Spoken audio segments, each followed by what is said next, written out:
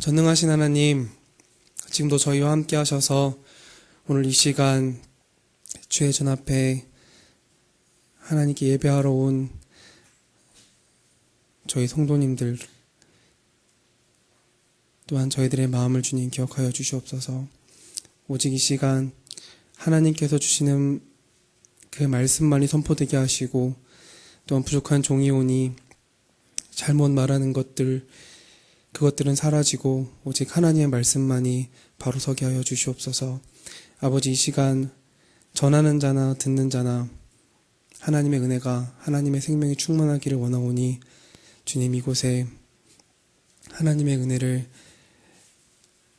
충만히 부어 주시옵소서. 감사드리며 예수님의 이름으로 기도합니다. 아멘. 네, 여러분 반갑습니다.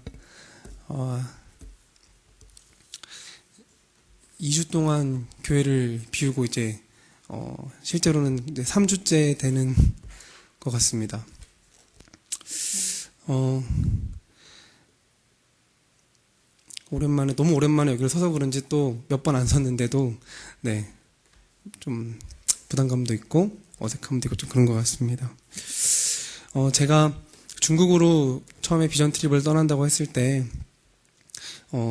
목사님이 주보에 중국 선교 여행이라고 적어줬더라고요. 그래서 되게 아닌데 우리는 그냥 가서 돌아보고 백두산 오르고 이게 다 할 건데, 저희들의 처음 일정은 중국에 요청하고 가이드분들을 붙여달라고 했을 때는 저희가 어떤 선교 여행을 바라고 시작한 건 아니었습니다. 뭔가 좀 쉬고 뭔가 좀 민족적인, 우리 민족의 뭔가 역사들과 그런 정기들을 좀 보고 오자, 약간 이런 의미로 시작을 했습니다. 그런데 저희가 막상 여행을 떠나니까 가서 보니까 선교 여행이 맞더라고요. 가서 보니까 하나님께서 저희가 알지 못하는 상태로 준비를 부탁드리고 가이드분들을 만나고 했는데, 아주 정말 어떻게 된 건지 사실 저희도 잘 감을 못 잡을 만큼, 저희가 처음에 저희들을 가이드해 주셨던 분들이 중국 가정교회 성도님들이셔가지고요, 저희들 생각지도 못하게 중국에 있는 가정교회도 보고 왔고, 그리고 그분들이 저희들을 인도해 주셔서 또 삼작교회, 저희들의 특별히 동관교회라고 해서요, 제가 나중에 한번 사진으로 다 정리를 해서 한번 보여드릴 생각인데요, 동관교회라고 해서 한국의 이 조선 땅에 처음으로 조선말로 된 성경을 번역해서 조선으로 보내준 교회가 있습니다. 거기도 다녀왔고요. 그리고 중국, 지금은 이제 삼작교회가 되었는데요, 아주 힘든 박해 시대에, 중국에서 아주 박해가 심하던 그 시기에 믿음으로 교회를 지켜온 서탑교회라는 곳도 저희들이 다녀왔습니다. 그리고 북한까지 가봤는데요, 저희가 북한 근교에 있는 압록강에서도 북한을 바라보았고, 또 두만강에서도 바로 한 5m, 10m 앞에서 북한 땅을 바라보고, 그리고 같이 기도하고, 또 그 땅에서 여전히 그 가려진 가운데, 억눌린 가운데에서도 여전히 복음을 전하기에 힘쓰고, 또 계속해서 선교의 길을 넓혀가는 사람들의 길들을, 또 그러한 공동체와 교회들을 보고 오게 되었습니다. 그 얘기들을 다 하자면 너무 길어서요, 오늘 시간에 하는 건 적합하지 않을 것 같아서 기도하는 가운데 하나님께서 주신 마음이 있어서 함께 나누려고 합니다. 제가 중국으로 떠나기 전부터 하나님께서 저에게 주셨던 메시지가 있었습니다. 저에게 분명하게 주시는 메시지, 그것은 무엇이었냐면, 너는 나 여호와 보기에 정직하느냐, 너는 내가 보기에 정직하냐. 그것이 저에게 주시는 하나님의 마음이었습니다. 열왕기하를 계속해서 큐티를 하면서 계속 물어보시더라고요. 하나님 앞에 네가, 너의 행위가 무엇이냐, 네가 어떤 일을 하고 있느냐를 물으시는 게 아니라 여호와 보시기에 정직하냐. 우리를 창조하셨기 때문에 우리의 그 모든 것을 볼 수 있으신, 모든 것을 아시는 전지전능하신 그 여호와 하나님 앞에 너는 정직하냐. 그걸 계속해서 여쭤보시더라고요.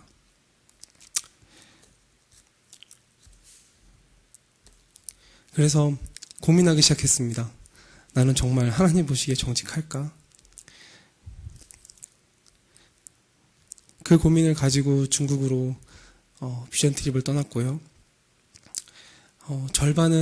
저희 일정의 절반은 계속 끊임없이 정직하냐, 내가 보기에 정직하냐를 계속 물으셨습니다. 그러면서 저한테 떠올리게 해주셨던 구절이 오늘 같이 읽었던 오직 의인은 믿음으로 말미암아 살리라 라는 이 구절입니다. 제가 처음으로 제자훈련이라는 거를 하기 시작했을 때 그때 저희를 지도해 주던 목사님께서 이 구절에 대해 설명을 해주셨어요. 그때 뭐라고 설명해 주셨냐면 여기서 말하는 믿음이라고 했을 때 이 믿음이라는 단어에는 원래 히브리 언어에는 정직이라는 뜻이 내포가 되어 있다고 가르쳐 주셨었거든요. 근데 그게 다시 생각이 나면서 여호와 앞에 정직하다는 것은 여호와 앞에 의인이 믿음으로 산다는 것은 곧 정직하게 사는 것이다 라는, 그때는 이렇게 반대로 말씀을 해주셨어요. 그때는 너희가 믿음으로 산다는 건 하나님 앞에 정직한 거야 라고 얘기해 주셨는데 저는 이번에 계속해서 그 질문을 받으면서 다시금 내가 여호와 앞에 정직한가, 내가 하나님 앞에 정직한가 아닌가를 판단하는 것은 내가 하나님을 전적으로 신뢰하는가, 내가 사람이나 나의 어떤 능력이나 나의 어떤 환경을 의지하는 것이 아니라 정말 이 온 세상 우주 만물을 창조하시고 통치하시고 또한 우리를 죄 가운데서 구원하신 그 하나님을 전적으로 신뢰하는가를 여쭤보시는 것 같았습니다. 계속해서 점검을 하면서 가는 가운데 저한테는 두 가지 일이 있었습니다. 첫 번째는 제가 원래 토요일 날 오후에 한국에 오게 돼 있었는데 저희가 출발한 날 아침에 비가 엄청나게 많이 내렸습니다. 비가 엄청나게 많이 내려서 구시가지 쪽이 다 잠겼어요. 근데 저희가 있던 곳은 개발구, 그러니까 대련 시내가 있으면 지금 대련시는 구시가지가 있고요. 그리고 개발구가 있어서 이렇게 따로 분리가 되어 있습니다. 여기 한국에서 비슷한 동네로 따지면 인천이 있고 송도 국제도시가 있는 것처럼 그런 식으로 되어 있는데 저희가 있던 곳은 개발구였고 차로 공항까지 30분이면 갈 수 있는 그렇게 멀지 않은 거리였습니다. 그래서 저희가 비행기가 2시 비행기였기 때문에 3시간 전에 모여서 출발을 하기로 하고 3시간 전에 출발을 하였습니다. 그런데 비가 그렇게 많이 내리는 바람에 구시가지가 물에 다 잠겨서 지나갈 수가 없었어요. 그래서 도로에 그냥 차가 1시간 정도는 그냥 아예 서 있었습니다. 아예 서 있고 서행하고 아예 서 있고 서행하고 이런 식으로. 저희가 공항으로 들어갈 때쯤에는 이미 물이 다 빠진 상태여서 저희가 그 상황이 어떻게 된 건지는 다 알지 못했는데요. 나중에 이제 그 중국 신화통신에 올라온 뉴스를 보니까는 온 도시가 그냥 막 허리춤까지 비가 차서 아예 꼼짝을 할 수 없는 상황이었더라고요. 근데 아무튼 그런 일들 때문에 저희가 비행기를 정말 간발의 차이로 놓쳤습니다. 2시 비행기인데 저희가 55분에 도착했거든요. 그러니까 차에서 내려서 뛰어서 들어가니까 이미 끝난 거예요.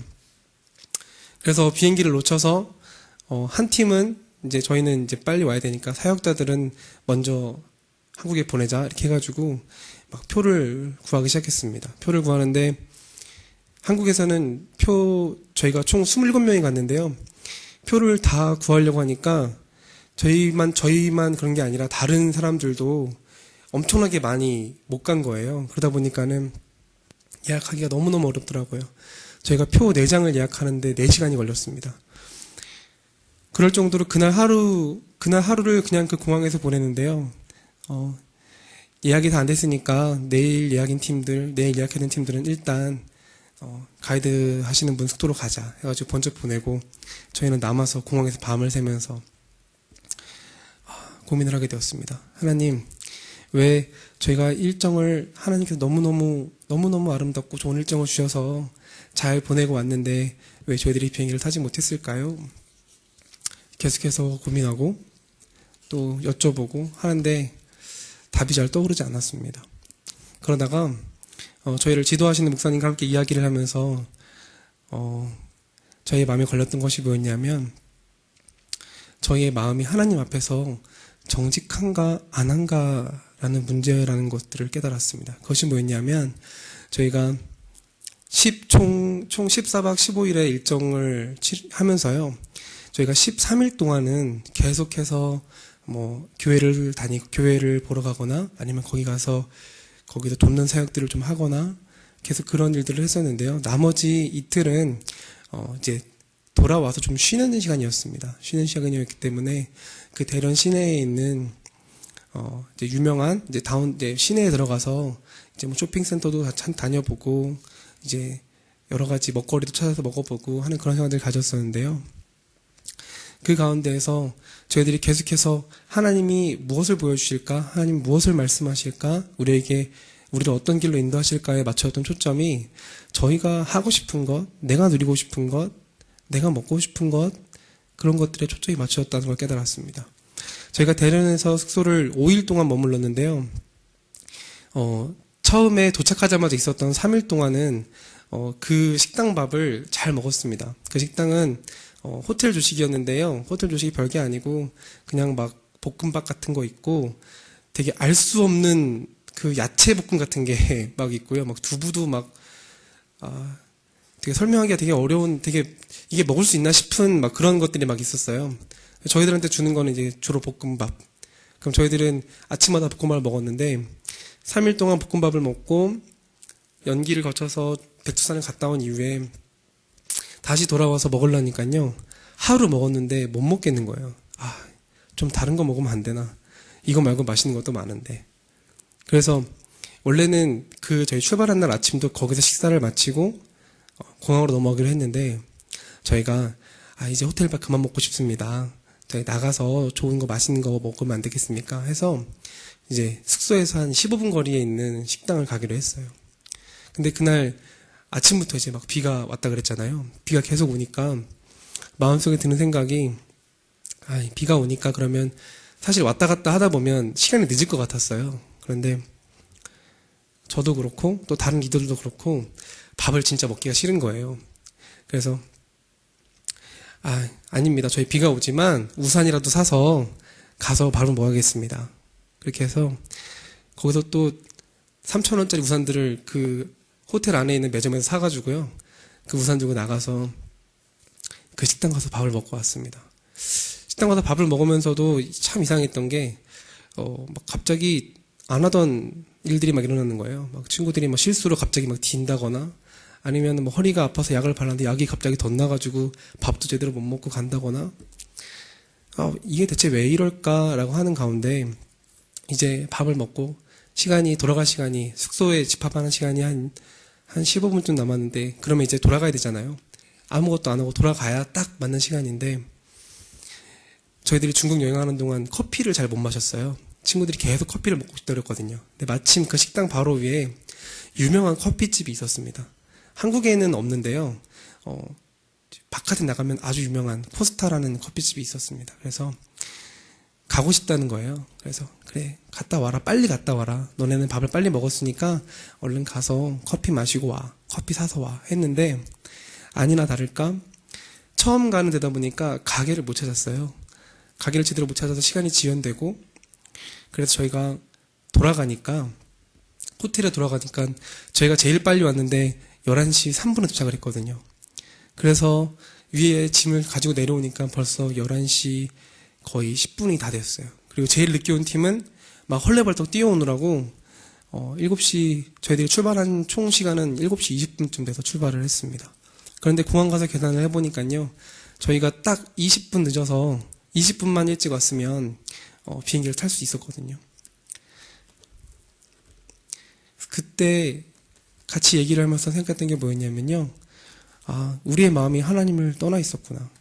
이 여행의 목적이 무엇인지를 생각하지 않고 내가 먹고 싶은 거, 내가 조금만 내가 발품 팔아서 내가 먹을래? 라는 그런 욕심, 커피 한 잔 마시고 싶다는 욕심, 별거 아닐 수 있지만 하나님이 보시기에 그것은 하나님이 기뻐하신 일이 아니었던 것 같습니다. 저희의 마음이 저희의 욕심에만 하나님이 저희에게 주어진 그 자유시간 동안 무엇을 해야 될지에 초점이 가는 게 아니라요. 사실 부끄럽지만 다른 팀 저희들이 조가 한 6개 정도 조로 움직였는데 한 조는 뭐 이렇게 지하상가 같은 데 가서 아주 막 맛있는 젤리 같은 걸 잔뜩 샀는데 나머지 조들은 이렇게 막 시간에 막 쫓겨가지고 제대로 보지도 못하고 막 겨우 뭐 음료수 하나씩 사 먹거나 뭐 이러고 말았었거든요. 그래서 막 그런 거에 대해서도 막 부러워하고 그런 것 때문에도 마음이 어려워하고 막 그랬었습니다. 14박 15일을 한 마음처럼 꼭 원래부터 한 공동체였던 것처럼 잘 다녀왔는데 마지막에 가서 마음이 흐트러지더라고요. 근데 그것들을 저희들한테 깨닫게 해주셨어요. 그래서 우리가 이제 다시 비전 트립이나 선교여행을 나가게 되면 우리는 다시는 마지막 날에 쇼핑을 하지 말자. 다시는 마지막 날에 우리 욕심을 따라서 뭔가 하려고 하지 말자 하는 그런 이야기들 나누고 왔습니다. 그리고 두 번째는 저희 집이 이제 신방 오셨던 분들은 알지만 반지하 집이에요. 살 때 그 집을 이제 월세를 감당할 수가 없어서 월세가 훨씬 비싸니까 이제 돈을 얻어가지고 빚도 내고 해서 집을 일단 샀습니다. 그래서 살 때는 그분들이 얘기하시기를 이게 집이 물이 좀 새고 곰팡이가 좀 많아서 자기들이 공사를 다 마치고 깔끔하게 해서 아무 문제가 없다라고 얘기를 했고 저희가 봤을 때도 이렇게 군데군데 구석구석마다 곰팡이도 없고 냄새도 안 나고 아주 깔끔해서 믿고 또 그분이 또 크리스찬이셨거든요. 그래서 믿음으로 샀습니다.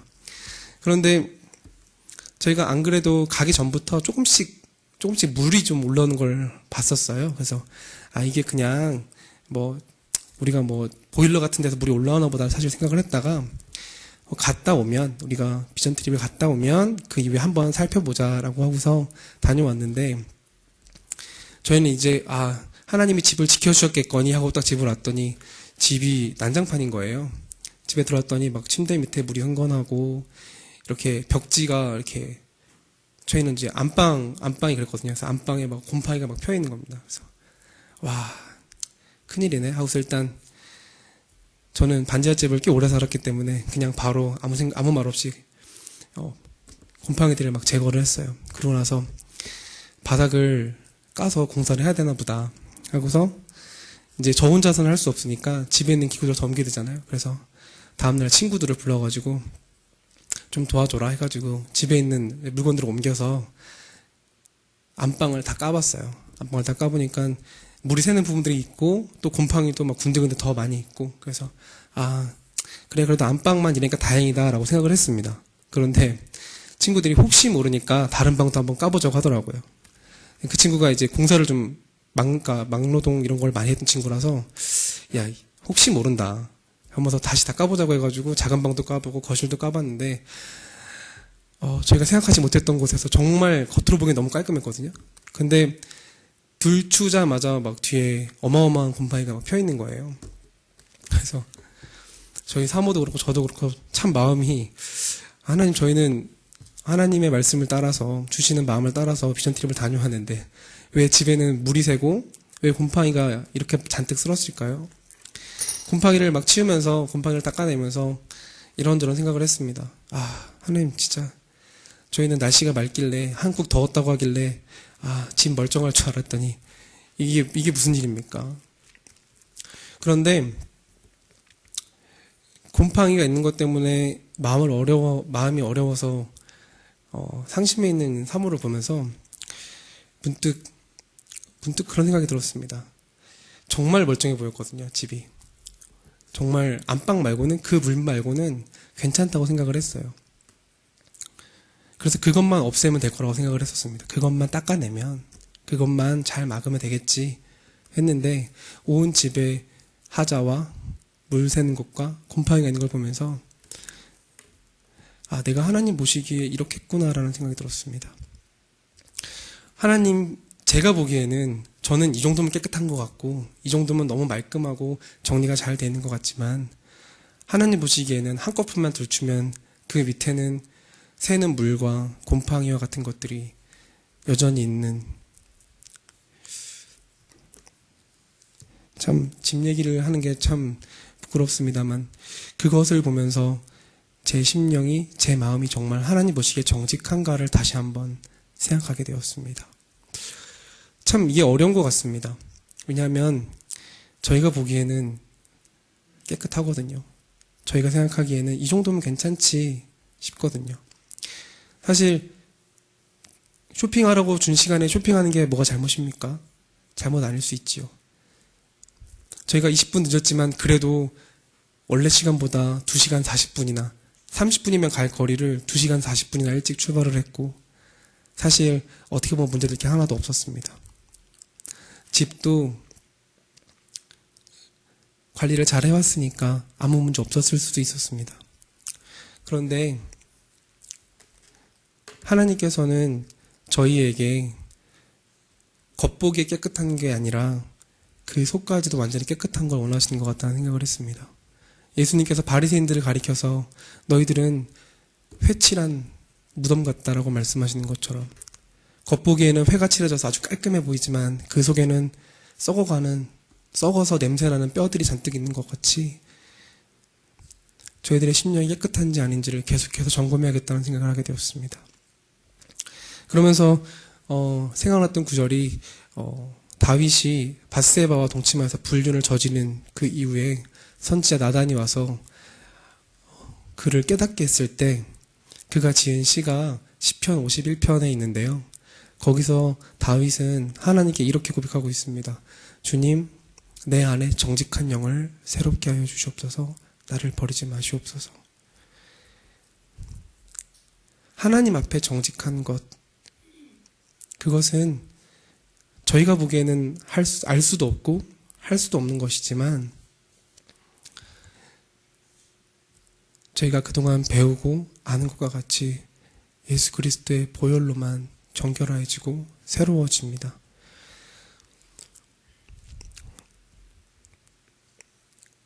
저희가 끊임없이 예수 그리스도를 바라보아야 하는 이유는 여기에 있는 것 같습니다.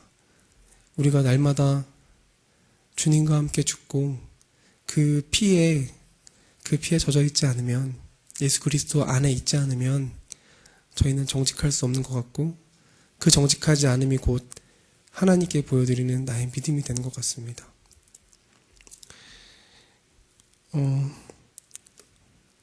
참 부족한 제가 믿음의 신앙의 역사도 짧은 제가 이런 말씀 드리는 게 좀 어불성설일 수도 있겠지만 우리 성도님들은 더욱더 그렇기 때문에 여호와 앞에 정직하기를, 정말 하나님 보시기에 정직하고 하나님 보시기에 믿음으로 사는, 정말 우리의 창조주이시며 우리의 구원자이신, 우리의 통치자이신 하나님을 온전히 신뢰하고 믿음으로 따라가는 그런 성도님들이 다 되시기를 진심으로 소망합니다. 같이 기도하겠습니다. 하나님 아버지 감사합니다.